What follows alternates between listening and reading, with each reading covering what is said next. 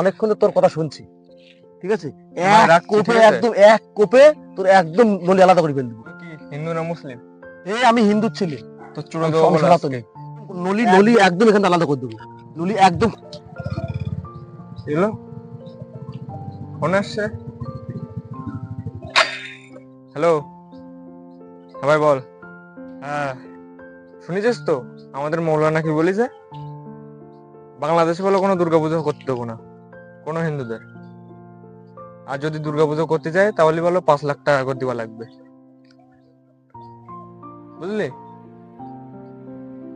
আর ওই যে পুটখালি শুনেছিস প্যান্ডেল হচ্ছে, ওই যাতে বলে এখন টাকা ওঠেনি। আর যদি আজকে টাকা না দেয় সন্ধ্যেবেলা বলো ভাঙচুর করবো গিয়ে।